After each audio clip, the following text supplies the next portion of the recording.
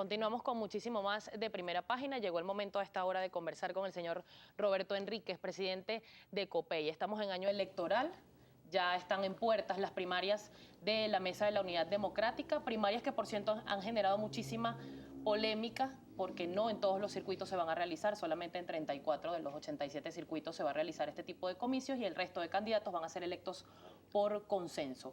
¿Primarias o consenso? ¿Qué apoya Roberto Enríquez? Unidad. Y creo que, a ver, es la hora de entender de verdad, y no te lo digo como un cliché, que esta no es la hora del partidismo, del personalismo, del grupalismo, sino la hora del patriotismo. Y si no entendemos eso, pues creo que nos va a pasar por encima la historia y el pueblo venezolano. Yo, cuando te digo unidad, creo que la unidad se construye por dos vías, ¿no? La estrategia de las primarias en unos casos, la estrategia del consenso en otros, pero tienen que ser auténticas, creíbles. Tú no puedes crear un consenso forzoso, un consenso arbitrario, eso no es un consenso que atropella un liderazgo determinado no es consenso y termina la gente dándose cuenta. Y tampoco es verdad que tienes que hacer primarias en todos lados porque significa desconocer el ejercicio del diálogo, de la comunicación, del que tanto hablamos nosotros, de reconocer un liderazgo en un lugar determinado y si fluye ese liderazgo, pues no se hace necesaria las primarias. Yo creo que allí, pues en ese ejercicio de equilibrio, de saber ponderar, de tener mucho sentido de país, mucho sentido de Estado, de entender el momento que está viviendo Venezuela, ¿vale?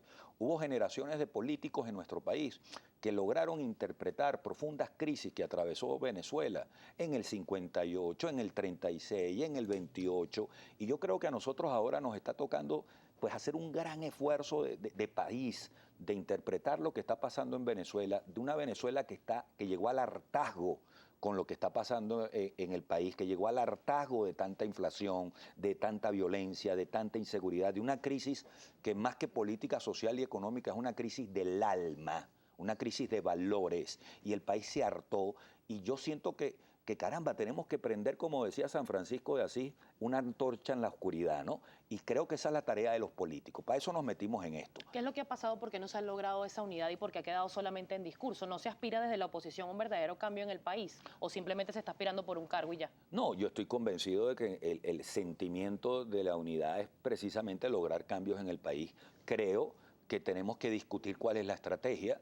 Creo que para nosotros en COPEI es fundamental un proceso de reconciliación nacional que no significa impunidad, cuidado, la impunidad es otra cosa, pero Venezuela necesita reencontrarse, ¿vale?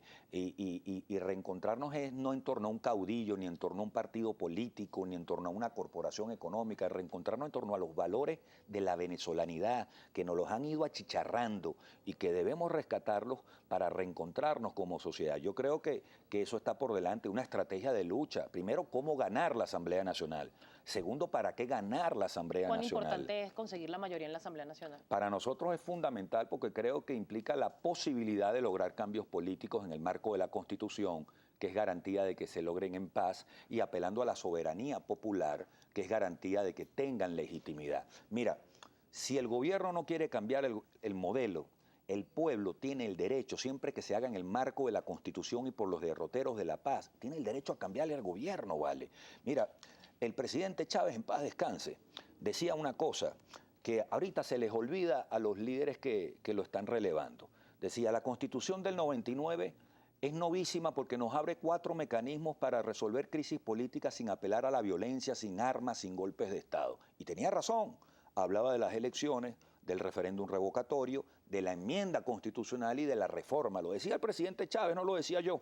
Y nosotros, ¿qué estamos diciendo en COPEI? Ganemos la Asamblea Nacional con mayoría simple, recortemos el periodo presidencial, eliminemos la reelección indefinida. Y a los 30 días eso tiene que ir a consulta al pueblo. Es el pueblo el que decide, no unos diputados. No es un celayazo, ni es tampoco lo que pasó con Lugo en Paraguay. No, es el pueblo el que decide si hay que eliminar la reelección indefinida y si hay que recortar el mandato. Porque el problema no es solo Maduro. El problema es democratizar la arquitectura constitucional de Venezuela. El país le dio a Chávez, la verdad, la reelección indefinida. Bueno, yo soy un convencido de que el país no está dispuesto a dársela ni a Nicolás Maduro ni a más nadie. ¿Cómo van a lograr ustedes la mayoría en la Asamblea Nacional tomando en cuenta esta división que ha generado la opción de primarias y la opción de consenso en algunos estados, que incluso el secretario ejecutivo de la MUT, Chugo Torrealba, lo decía, que hay una suerte de síntomas de candidaturitis. ¿Cómo lograr entonces esa mayoría en la Asamblea Nacional si dentro de la MUT no se ponen de acuerdo? Hay que tener cuidado con el síntoma de la candidaturitis, pero también con el síndrome de la feudalitis y el síndrome de los reyesitis, ¿no? Que aquí hay personajes que creen que por tener un liderazgo en un estado, ellos son los que deciden quiénes son los líderes sociales, los líderes políticos y los líderes de las organizaciones. Entonces, ni tan calvo ni con dos pelucas. Yo creo que aquí lo que se trata es de rectificar lo que haya que rectificar. Creo que las críticas hay que hacerlas de manera constructiva.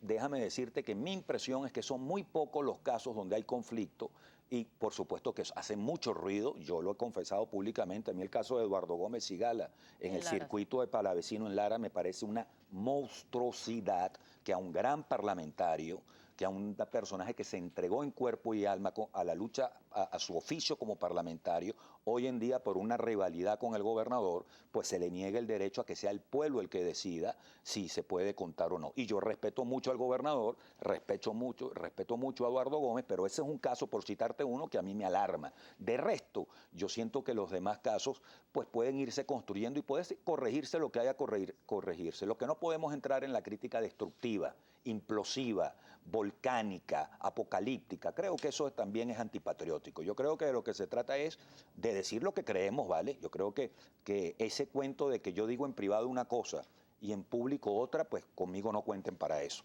Las críticas que he hecho en privado las estoy haciendo en público y lo único que aspiro es que se rectifique porque creo que el país merece, ¿vale? Que le abramos una ruta distinta, un rumbo distinto y están las condiciones dadas para que esta generación política no votemos una oportunidad hermosa de darle un cambio al país para prosperar, para unirnos, para reconciliarnos y para que Venezuela eche para adelante, ¿vale?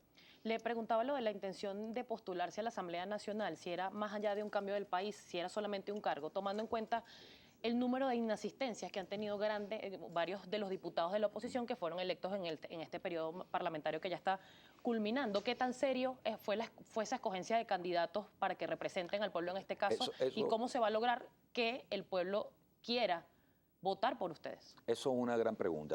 Primero creo que no hay que caer en el maniqueísmo, ¿no? Lo importante es que la curul, el espacio de defensa del pueblo esté allí.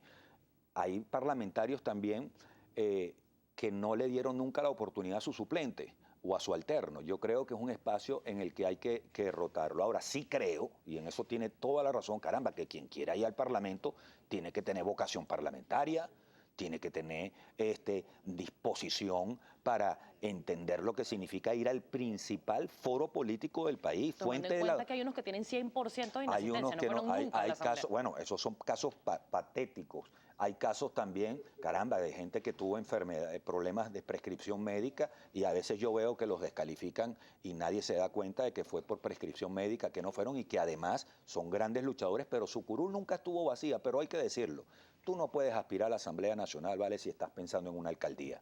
Tú no puedes aspirar a la Asamblea Nacional si estás pensando en otro carguito.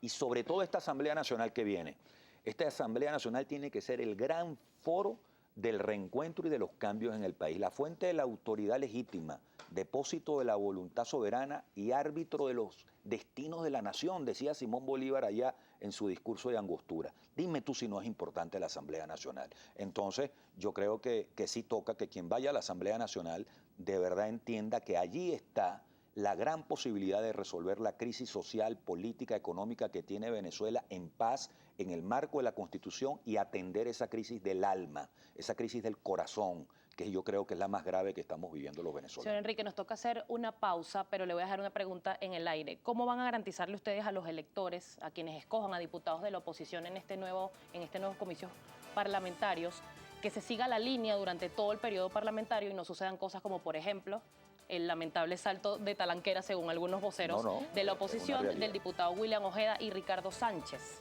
Eso me lo va a contestar al regreso. Ya venimos con muchísimo más de Primera Página. Participe en nuestra cuenta en Twitter, @Primera Página, que al regreso vamos a estar revisando su participación. Ya venimos.